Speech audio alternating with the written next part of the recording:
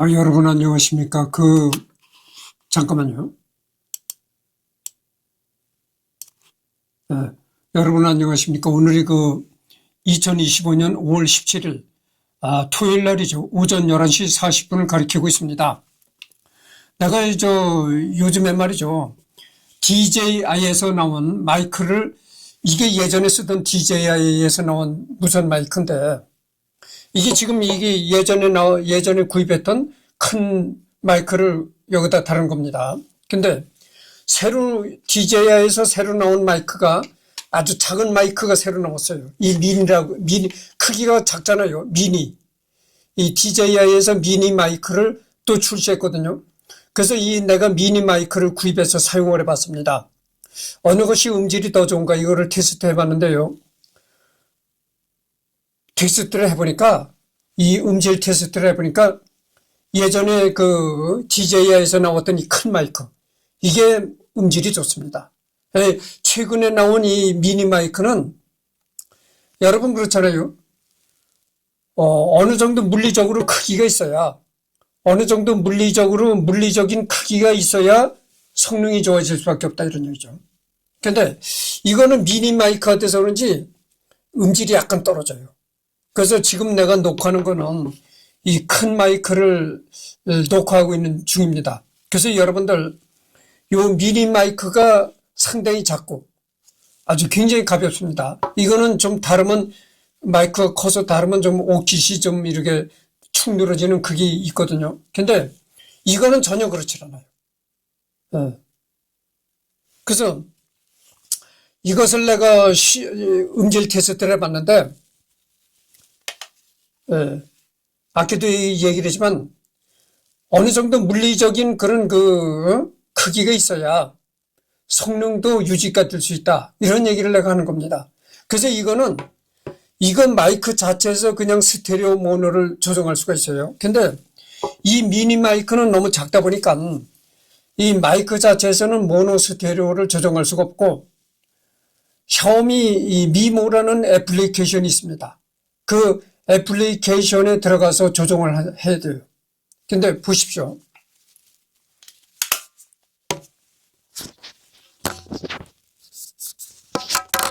자, 보십시오. 이게 차이가 나잖아요. 크기 차이가 확실히. 그래서 계속 드는 얘기입니다만은 음질을 테스트 해보니까 역시 크기가 큰 마이크가 음질이 좋다는 얘기입니다. 그래서 물리적인 어느 정도의 크기가 확보가 되어야 음질이 좋을 수밖에 없다 이런 얘기입니다. 그래서 현재는 이 큰 마이크로 녹화를 합니다. 이건 뭐 구입했으니까 이제 더러 반품할 수도 없고, 보관하고 있다가 쓸 기회가 생기면 이것도 필요하게 쓰리라고 생각합니다. 잠깐만 기다려 주시기 바랍니다. 이게 자석이 있어가지고 말이에요. 딱 잘못 끼웠는데 들어가니까 딱 안 떨어지네.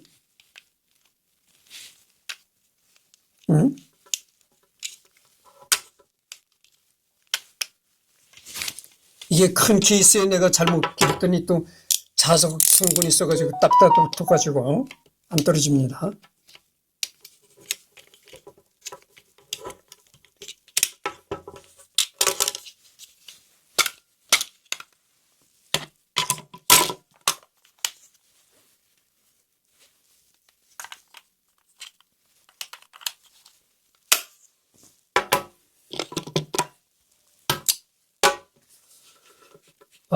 그렇다는 걸 말씀드리고, 이번에는 호모 헐버트라는 사람을 하겠습니다.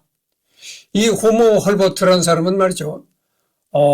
미국 사람이지만은 우리나라 역사와 아주 밀접한 관계가 있는 사람이죠. 그래서 1863년 1월 26일에 태어나가지고, 1949년 8월 5일에 사망한 미국의 감리교회 선교사, 그 다음에 사학자, 7개 국어를 구사하는 언어학자, 조선에서 영어를 가르쳤는 교육자, 독립신문 발행을 도운 언론인, YMCA 초대 회장, 한국어 연구와 보급에 앞장선 한글 학자였다. 또한 고종을 도와, 고종임금이란 건 우리나라의 참 조선이 망해갈 때의 그런 임금이었잖아요. 고정임금을 도와 대한제국 말기 국권 수호를 적극 도왔으며 일제강점기 한국의 독립운동을 지원한 독립운동가였다. 대한민국 정부로부터 외국인으로서는 최초로 건국 공로훈장 태극장이 추서됐다. 2014년 한글날에는 금관문화훈장이 추서되었다. 그러니까 2014년 한글날에는 뭐 금관문화훈장까지 받고 외국인으로서는 처음으로 건국, 우리 대한민국 건국 공로훈장 태극장까지 받았다는 거죠. 그러니까 대한민국에서 이 헐버트를 최고로 대우한 겁니다. 그런 최고의 대우를 받을 만한 일을 했죠. 그의 한국 이름은 헐벗 또는 흘법, 허흘법, 할보, 허할보였으며 한국어에 능통하였고 한글의 우수성과 과학성에 매료돼 미국 언론과 영문 잡지의 기고와 논문을 통해 한글과 한국 문화를 홍보했고 한글의 띄어쓰기 도입을 적극적으로 권장하여 띄어쓰기가 본격적으로 한글에 도입되도록 한 장본이기도 하다. 고종황제의 최측근이 되어 보필 및 자문 역할하여 미국 등 서방 국가들과의 외교 및 대화 창구 역할을 했다. 고종 황제로부터 두터운 신임을 얻은 외국인으로 고종 황제로부터 3번이나 특사로 임명되어 활동했다. 대한제국의 독립운동을 지지하고 지원하시며 1907년 헤이그 밀사 파견을 돕고 그 또한 특사가 되어 직접 헤이그로 가서 활동하였다. 1919년에 있었던 3.1운동도 적극적으로 지지했다. 그러니까 뭐 이 사람이 그 3.1운동도 지원을 했고 헤이그 여러분들 헤이그의 그 특사를 파견했었잖아요. 고종임금이 우리나라의 독립을 만방에 알려라 해가지고 헤이그의 그 우리나라 특사를 파견했었는데 이 헐버트도 그때 그 헤이그에 가서 활동했다 이겁니다. 안중근 의사가 존경한 인물이기도 하다. 안중근은 일본 경찰에게 조사를 받던 1909년 12월 2일에 한국인이라면 헐버트를 하루도 잊어서는 안 된다는 말을 남겼다. 오늘날 한국에서는 대한제국 시대 언론인으로 활동했던 영국인 어니스트 베델과 더불어 헐버트를 한국인들이 가장 좋아하는 외국인 1위로 꼽히기도 했다. 베델. 그 어니스트 베델이라는 사람은 이제 영국 사람인데 이 사람도 한국 조선 역사에서 빼놓을 수 없는 외국인이었다 이거죠.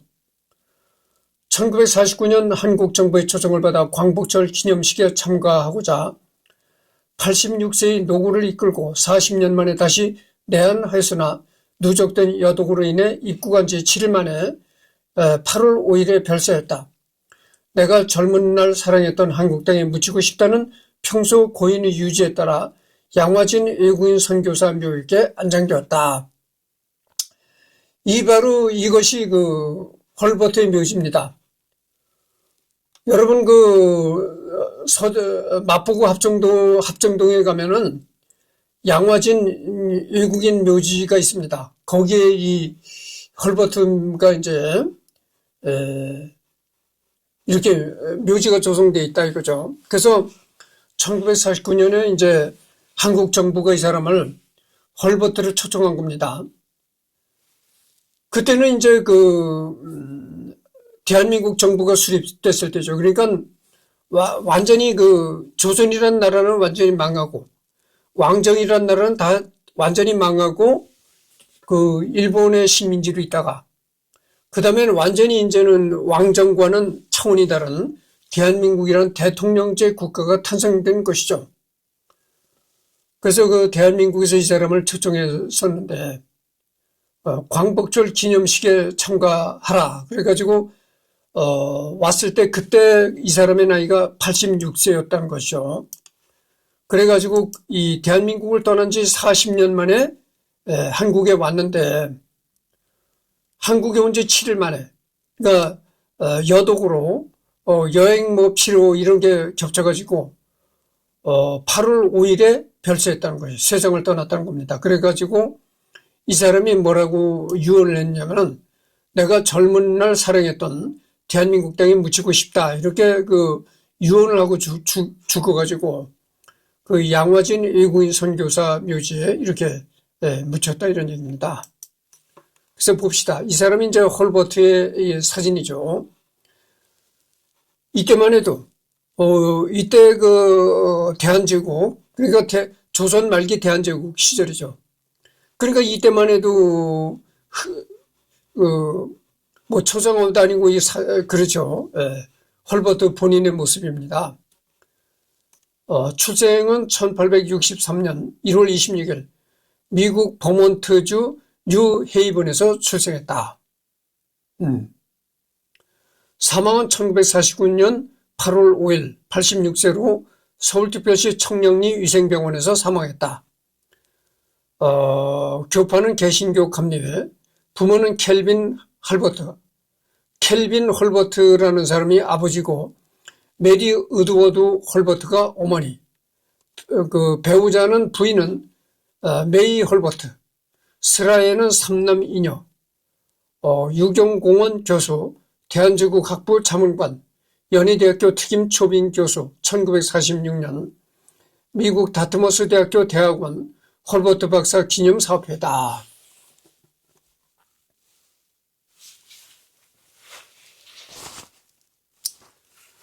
이 사람이 그러니까 한국 땅에 오게 된 것은 선교사로 왔던 거죠.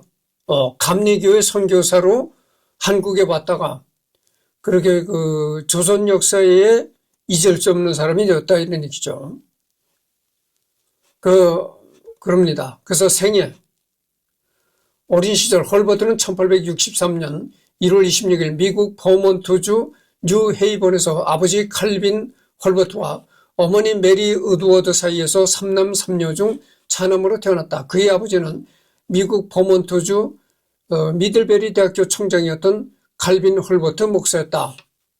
어머니는 다트머스 대학교 창립자 엘리저 윌록의 외증손녀인 메리 으드워드로 그녀의 아버지는 스리랑카 인도에서 활동했던 선교사였던 관계로 어머니는 스리랑카에서 태어났다. 그는 원칙이 승리보다 중요하다라는 가문 속에서 성장하였다. 그러니까 어머니가 스리랑카에서 태어났다는 겁니다. 이 사람 아버지도 대학교 총장인 동시에 목사였던 거죠.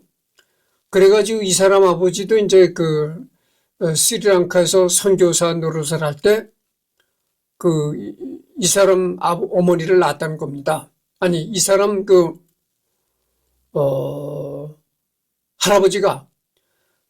할아버지가 선교사였었는데 스리랑카에서 선교 활동을 했다는 거죠. 그래서 이 사람 할아버지가 스리랑카에서 선교 활동을 할 때 그때 이 사람 어머니를 낳았다는 겁니다. 그러니까 이 사람 아버지는 대학교 총장을 했고 이 사람 할아버지가 이제 선교사 노릇을 했다 그 말입니다. 1882년 조미수호 통상조약을 체결한 조선은 영어와 근대시 교육을 담당해줄 교사 파견을 미국에 요청했다. 1884년 여름 미국 교육위원장 이트는 대학 선배인 헐버트의 아버지에게 아들 중 한 명을 조선의 교사로 파견하는 게 어떻겠느냐는 제안을 했다. 그러니까 1884년 여름이니까 어떻게 됩니까? 갑신정변이 1884년 12월 5일에 갑신정변이 일어났다고죠. 양력으로. 여러분들 양력으로 12월 5일이면은 겨울이잖아요. 근데 그 갑신정변이 일어나던 그 해에 여름에 그래서 이제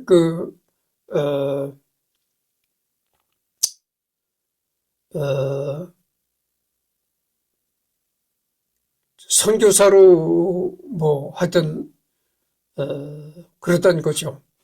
이 소식을 접한 호모 헐버트는 장원에서 조선에 가겠다고 했다. 그러나 조선으로 떠날 준비를 하던 중에 1884년 12월 여기도 나오네요. 1884년 12월 갑신정변으로 인해 계획이 연기되었다.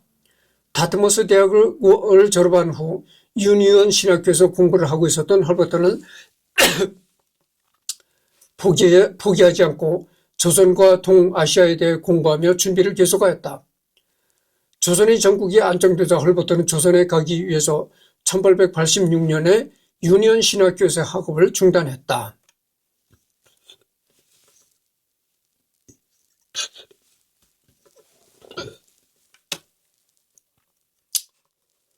벙커 길모어와 함께 1886년 7월 5일 제물포에 도착한 호모 헐버트는, 그러니까 1886년이니까 어떻게 됩니까? 갑신정변이 일어났던 그 2년 후에 헐버트가 이제 한국으로 들어온 것이죠.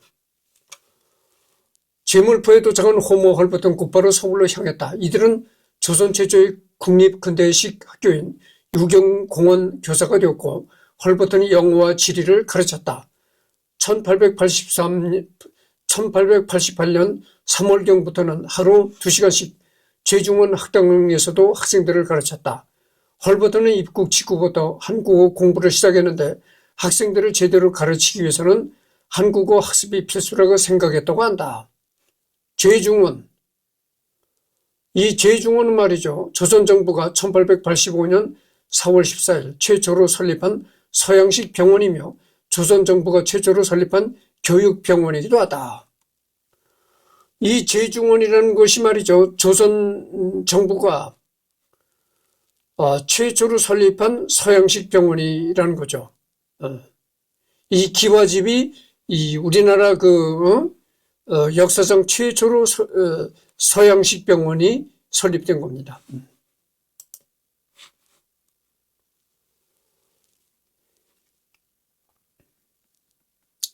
그래서 자비로 개인 교사를 고용하여 한국어를 배웠다. 그의 회고록에는 배우기 시작한 지 4일 만에 한글을 읽고 썼으며, 일주일 만에 조선인들이 위대한 문자인 한글을 무시하고 있다는 사실을 발견했다고 적혀있다. 한국어 학습에 매우 적극적이었던 그는 3일 만에 한글로 책을 저술할 정도의 실력을 갖추게 되었다. 그래서 한국에서 생활하려면 한글을 배우는 것이 너무나 당연하다, 이런 생각을 해가지고 한국말과 한글을 배우기 시작했는데, 3년 만에, 한글을 배운 지 3년 만에 완전히 한글로 책을 쓰는 그런 경지까지 다다랐다 이거죠. 그리고 일주일 만에, 4일 만에, 한글을 배우기 시작한 지 4일 만에 한글을 읽고 썼다. 그죠. 그만큼 한글이 이제 배우기 쉬웠다, 이런 얘기고. 그래서 4일 만에는 완전히 한글을 읽고 이제 쓰기가 가능해졌다, 이런 얘기고, 완전히 3년이 지나서는 두터운 책을 한글로 쓸 정도였다, 이런 얘기가 되는 겁니다. 그래서 한글이 이렇게 참 배우기 쉽고, 누구나 써먹을 수 있는 그런 훌륭한 글이라는 걸 이 헐버트가 그때서부터 이제 아주 한글의 우수성을 알리는 그런 전도사가 되었다, 이런 얘기죠. 고종은 유경공원 학생들을 궁으로 불러 영어 시험을 치르도록 하였는데, 고종이 영어 문제를 직접 읽는 경우도 있었다 한다. 그런데 고종은 영어를 모르는데도 불구하고 한글로 발음이 표기된 것을 보고 영어 문장을 읽는 모습을 본 헐버트는 별도의 발음 기호 없이 직접 영어 발음을 표기할 수 있는 한글의 우수성을 깨닫고 본격적으로 연구하기 시작했다고 한다. 이 고종 임금이 말이죠, 고종 임금이 그 유경공원의 학생들을 궁으로 불러들여가지고 고종 임금이 영어로 직접 연설을 하더라 이거예요. 그래서 연설문을 보니까 한글로 영어 발음을 적어가지고 이제 한글로 읽어 내려가는 게 이제 영어로 되더라고요. 그래서 헐버트가 그걸 보고, 야, 이게 영어 발음을 한글로도 적을 수가 있구나, 이렇게 생각을 해가지고 더욱 한글에 관심을 갖기 시작했다고 하죠. 그래서 영어 발음을 한글로 적어가지고 그거를 고종 임금이 이제 연설을 하더라, 이런 얘기죠. 그래서 그 연설문을 헐버트가 보고, 야, 영어를 이렇게 한글로 적어가지고도 연설을 할 수가 있구나, 한글이 참 대단하구나, 이걸 생각했다는 겁니다. 1889년 헐버트는 한국 최초의 순한글 지리교과서인 3인 필지를 저술하여 유경공원 교재로 사용하였다. 이 책에는 전 세계의 지리, 사회, 문화에 대한 내용을 담고 있었다. 그는 책의 서문에서 조선의 지배층이 한자만을 고집하고 한글을 업신여긴다고 기록하였다. 또한 평소 한글은 현존하는 문자 가운데 가장 우수한 문자라면서 어려운 한자 대신 한글 애용을 권장했다. 유경공원에서 교직으로 근무했을 때 헐버트는 외국 서적의 번역 작업과 외국에 대한 정보 알림 활동을 벌여 많은 서적과 기사를 번역 저술했다.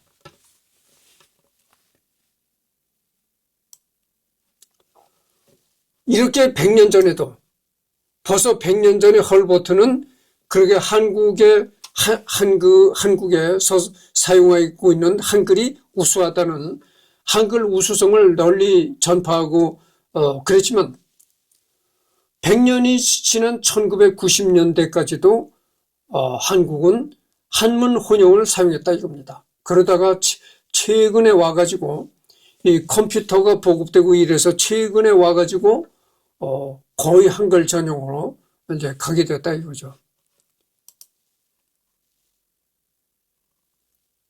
그래서 내가 언젠가도 얘기를 했지만 한글 전용이냐 한문 혼용이냐 이런 그 문제가 언젠가는 또다시 불거지라고 봅니다. 지금 당장 한문 혼용이냐 한글 전용이냐 하는 싸움이 잠시 수면 아래로 내려가 있는 것뿐이지 언젠가는 이 문제가 다시 한번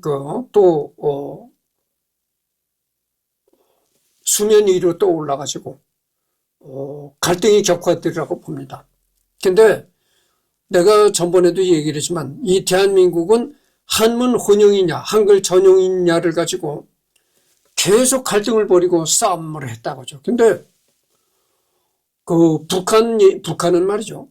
북한은 분단이 되고 나서 이 북쪽에는 김일성이가 정권을 잡았잖아요. 김일성이가 정권을 잡고 나서 완전히 한글 전용으로 갔습니다. 그러니까 북한은 한문 혼용이냐 한글 전용이냐를 가지고 이 싸움이나 그런 게 전혀 없었어요. 애당초 한글 전용으로 갔습니다. 북한은. 근데 이 대한민국은 그렇잖아요. 여러분들 대한민국은 뭐 어떤 대통령이 나서서 단칼에 뭐 한글 전용을 해라 이러질 않잖아요. 그러니까 국민들이 싸움을 하는 겁니다. 국민들이. 그러나 북한이라는 체제는 그게 아니다고죠. 수령이 직접 나서서 한글 전용으로 가라 이러면 제각 한글 전용으로 가는 겁니다. 그래서 북한은 이 분단되고 나서 처음서부터 한글 전용으로 갔어요. 1890년 여름 조랑말을 타고 아펜젤로 모펫과 함께 평양을 방문하였다. 조선 주재 미국 공사의 요청으로 평양 근교의 석탄 광산의 실태를 파악하는 게 목적이었다. 아펜젤로와 모펫은 선교 정보를 얻기 위하여 동행하였다. 이듬해인 1891년에 일본 영자신문 재팬 메일에 6월 6일부터 10월 24일까지 10회에 걸쳐 평양 여행기를 연재하여 조선 내륙의 특성과 평양이라는 옛 도시를 역사, 문화, 지리 측면에서 국제사회의 최초로 소개했다. 또한 구전으로만 전해오던 아리랑을 처음으로 제보하였다. 이 아펜젤로도 참 유명한 사람입니다. 아펜젤로도 선교사로 조선 땅에 와가지고 이 사람도 외국인이지만 조선 역사에 길이 남는 그런 사람이죠. 그 모펫 다 유명한 사람입니다. 그러던 중 조선 정부에서 재정상의 이후로 유경공원을 축소 운영하게 되자 헐버트는 1891년 교사직을 사임하고 미국으로 돌아가게 된다. 미국으로 돌아간 후 오하이오주에 있는 푼남 군사학교 교장에 취임한 그는 저술 활동을 병행하였다. 1892년 한글이라는 논문을 시작으로 한글과 한국 문화에 대한 논문을 발표하였으며 1903년 미국 스미스소니언 협회 연례 보고서에 한글에 대한 우수성에 대한 논문을 발표하였다. 이렇게 유경공원을 이제 조선 정부에서 축소하게 되자 거기에 교사 노릇을 하던 이 헐버트는 교사직을 사임하고 미국으로 돌아가서 미국에 가서 여러 가지 한국에 가니까 조선이라는 나라가 동방이라는 나라, 동방의 작은 나라인 조선이 있는데, 조선이라는 나라에 가니까 한글이라는 우선 소리글이 있더라. 뭐 이런 걸 많이 미국 사회에 전파를 했다. 이런 얘기입니다. 그러다가 1892년, 다시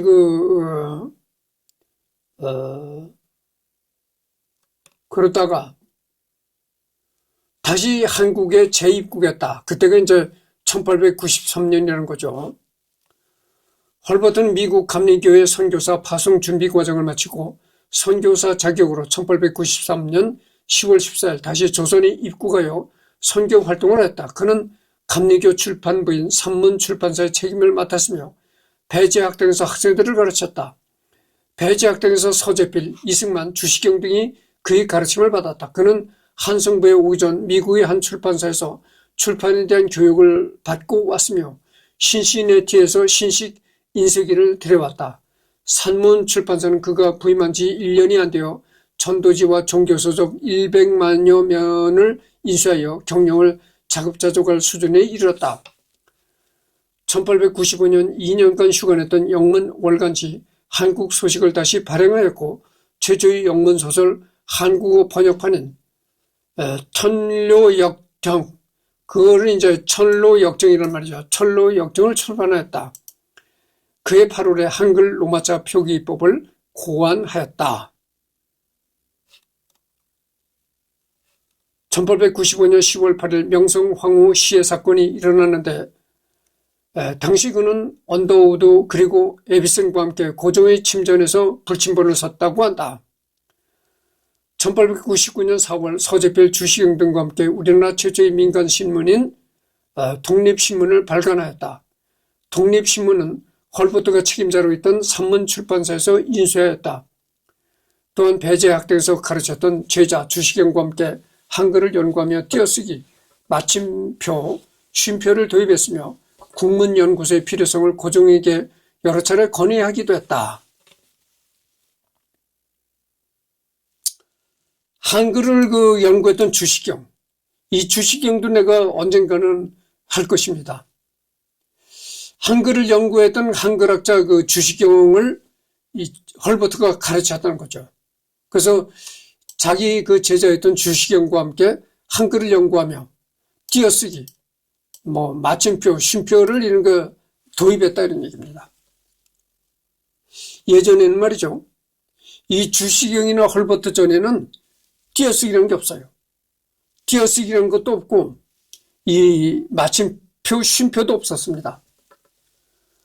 그러니까 어떻게 써요? 띄어쓰기도 없고 마침표, 쉼표도 없다 보니까 전부 다 붙어 있는 겁니다. 그러니까 읽기가 불편하죠. 리딩하기가 불편했다고 하죠. 여러분들 이런 얘기 했잖아요. 아버지가 하고 그 다음에 조금 쉬었다가 방에 들어가신다. 이렇게 얘기를 해야 되거든. 근데 아버지 가방에 들어가신다. 그렇게 될 수도 있다 이런 거죠. 그러니까 아버지가 하고 조금 쉬었다가 방에 들어가신다. 이렇게 말이 되는데 아버지 가방에 들어가신다. 아버지가 들고 다니는 가방에 들어갑니까? 이런 식이 될 수도 있다 이런 거죠. 그래서 여러분들 이 띄어쓰기가 상당히 중요한 겁니다. 그래서 이 영어는 예로부터 띄어쓰기가 있었는데 이 한글은 띄어쓰기가 없었어요. 그래서 이 헐버트나 이 주시경 전에는 띄어쓰기가 없고 마침표, 쉼표도 없었다. 그냥 다 붙여서 쓴 겁니다. 그러니까 잘못 읽으면은 아버지 가방에 들어가신다. 이렇게 될 수도 있다 이런 얘기죠. 그렇게 읽으면 안 되죠. 아버지 가방에 들어가신다. 이렇게 읽으면 안 되고 그러니까 아버지가 하고 조금 쉬었다가 방에 들어가신다. 이렇게 얘기를 해야 되는데 아버지 가방에 들어가신다. 이렇게 될 수도 있다 이런 얘기죠. 1897년 5월 조선정부와 고용계약을 맺고 학생 수 50명이 되는 한성사범학교의 책임자가 되었으며 관립영어학교에서도 학생들을 가르쳤다. 1900년부터 1905년까지 현 경기고등학교의 전신 관립중학교의 교사로 재직하였으며 일본의 부당성을 지적하는 다양한 사회활동을 전개하였다. 1901년부터 영문 월간지 더 코리아 리뷰를 발행하였다. 헐버트 부인도 이화 학당에서 음악을 가르치셨으며 외국인 자녀들을 자신의 집에서 가르쳤다. 헐버트는 현 동대문 교회인 볼드윈 교회를 맡아 담임 목회를 하였다. 이때 외국 서적의 번역 작업과 외국에 대한 한국 홍보 활동을 벌여 많은 서적과 기사를 번역 저술했다. 한국의 역사에도 많은 관심을 기울여서 1903년에 윤기진이 쓴 조선 역사서 대동기년의 출판을 도왔고 1908년에는 관립중학교의 제자 오성근과 함께 대한역사라는 순한글 역사 교과서를 출판하였다. 이 책은 상학원으로 기획되었으나 학원은 출간하지 못하고 상권만을 발행하였다. 이마저도 1909년 일제의 검열에 의하여 금서 조치되어 일본 경찰에 의하여 출판사에 있던 책이 모두 몰수되어서 불태워졌다.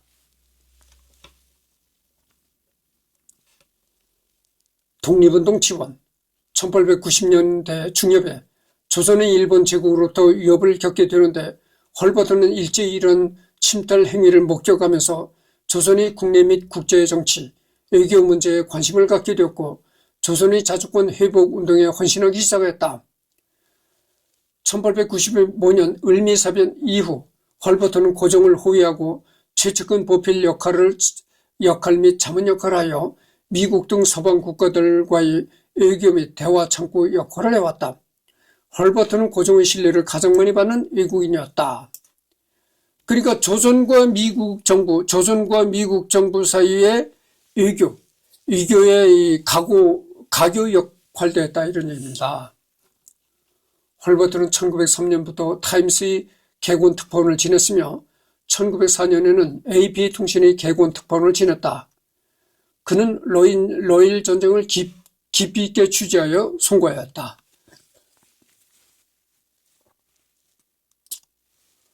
1905년 일본 제국이 대한제국의 외교권을 빼앗는 을사늑약 사건이 있은 후에 헐버트는 을사늑약의 불법성과 무효성을 국제사회에 알리려 했으며 대한제국의 자주독립을 주장하고자 했다. 1905년 고종 황제로부터 특사로 임명받았다. 그가 부여받은 임무는 을사늑약의 무효성을 알리는 고종 황제의 친서를 미국 대통령 루즈벨트에게 전달하라는 것이었다. 헐버트는 자기 임무를 주한미국 공사에게 통보한 후 바로 출발했다. 그러나 워싱턴에서 루즈벨트는 물론 국무장관 엘리트 루트조차도 면회할 수가 없었다. 그래서 그는 미국 상원 외교위원회에 제출한 성명서에서 다음과 같이 말하였다. 이 고종 임금이 이 헐버트에게 미국 대통령 루즈벨트에게 전해달라고 직접 편지를 썼다는 겁니다.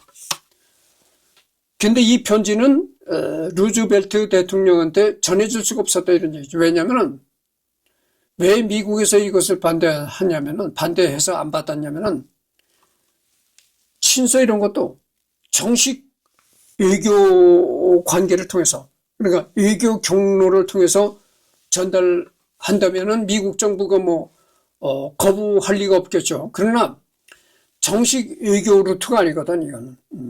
그러니까 아마도 그래서 이것을 미국에서 거부하지 않았겠는가 이렇게 생각이 듭니다. 정식 외교 경로를 통해서 미국 대통령에게 전달해라 이랬더라면 아마 전달이 됐을 거라고 생각합니다.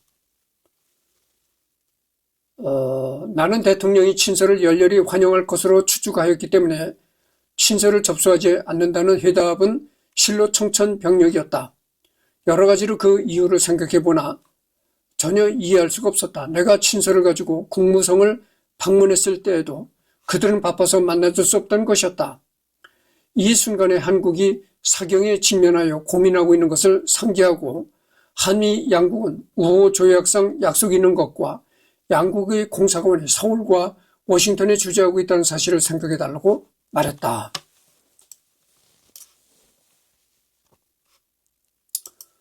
나는 이런 조치가 단순한 부주의에 의한 것이 아닌가 단정했다.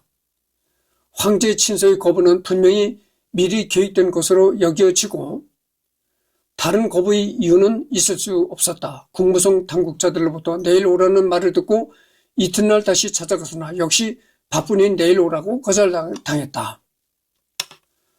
나는 백악관으로 달려가 면회를 청하자 로비의 비서가 나와서 단도직입으로 그 친서 내용은 다 알고 있으니 국무성에 가서 적당히 해보라고 말하는 것이었다. 나는 또 이튿날을 기다려야 했다. 그러나 내가 최후로 면회를 허가받은 전날 행정부는 아직 전달은 되지 않았으나 친서 내용도 알고 있으면서 황제와 조정에는 이런 방구도 없이 한말 조정과 백성은 일본 정치에 대하여 만족하고 있다는 일본 측의 일방적인 성명서를 접수했다. 주한공사관에는 철수 명령을 타전하고 한국 조정과의 일체의 통신 연락을 두절해버렸다. 그리고 나서야 비로소 나에게 면회가 허가되었던 것이다. 그러니까 이때 미국의 태도를 보면 말이죠. 조선 정부에서 어떤 내용의 그 편지를 보내도 거부했다고죠. 거부하고 일본의 입장만 받아들인다고죠. 미국이 이렇게 편협했어요. 그러니까 아마도 조선이란 나라는 이미 통치할 능력이 없는 나라고 그렇게 생각했었나 봐요. 미개하고 스스로 통치해 나갈 능력이 없는 나라다. 그래서 앞으로는 일본이 조선을 통치해야 된다. 이런 그 사고방식을 가졌던 모양이에요. 그래가지고 계속 일본만 두둔하고 이렇게 나오다가 결국은 일본한테 미국이 일본한테 큰 코 다치게 되는 계기가 생긴 겁니다. 그게 2차 대전이죠. 그래서 이때 미국의 태도를 보면 일방적으로 일본의 얘기만 듣고 일본 편만을 들었던 것이죠. 조선은 싹 무시하고 그랬던 겁니다. 미국은 이미 1905년 7월에 가스라티프트 밀약을 맺어 일본의 한국 지배권을 인정한 후였기 때문이다. 그러니까 이때 우리나라 고정임금이 루즈벨트 대통령 따님이 이 조선에 또 왔던 적이 있었어요. 그래서 미국의 루즈벨트 대통령 따님이 조선에 오니까 이 조선 정부가 얼마나 환영을 하겠어요. 그냥 대환영을 한 거죠. 그러니까 서양의 큰 대국의 대통령 따님이 이 동방의 조그만 나라 조선에 왔다 하니까 우리가 앞으로 미국과 친해져서 살아야 될 텐데 이 조선 땅은 조선은 조그만 나라니까 대국과 이렇게 친해져서 살아야 될 텐데 하는 생각에서도 굉장히 대대적인 환영을 했겠죠. 그러나 루즈벨트 대통령 따님이 조선에 오기 전에 벌써 미국과 일본은 가스라티프트 밀약을 맺었던 거죠. 가스라티프트 밀약이라는 건 그겁니다. 글자 그대로 은밀한 약속입니다. 공개하지 않는 은밀한 약속. 그 은밀한 약속이 뭐냐? 그건 뭐냐면은 앞으로는 일본이 조선을 통치해라.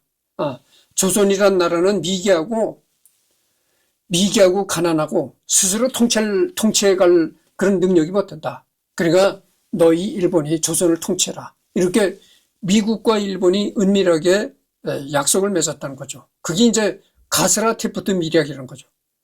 그렇게 은밀하게 미국과 일본이 마주 앉아서 비밀리에 약속을 했는데 조선의 고정임금은 아무것도 모르고 그런 밀약이 있었는지조차 모르고 루즈벨트 대통령 따님이 왔다 하니까 엄청나게 대우를 했다 그죠.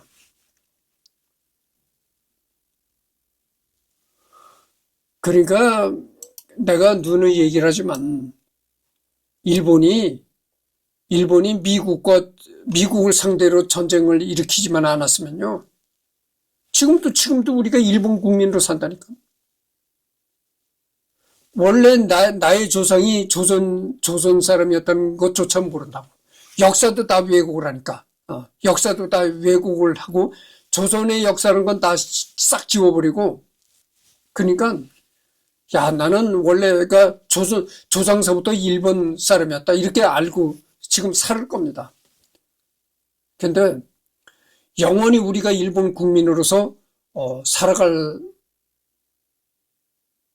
텐데, 일본이 미국을 상대로 전쟁을 벌이는 바람에 그게 다 수포로 돌아갔죠. 그렇지만 않으면 아직도 우리는 일본 국민으로 사는 겁니다. 영원히 일본 사람으로 사는 거예요. 조선이라는 나라는 영원히 없어진 겁니다. 그래서 이제 다음 시간은 여기서부터 하도록 하겠습니다.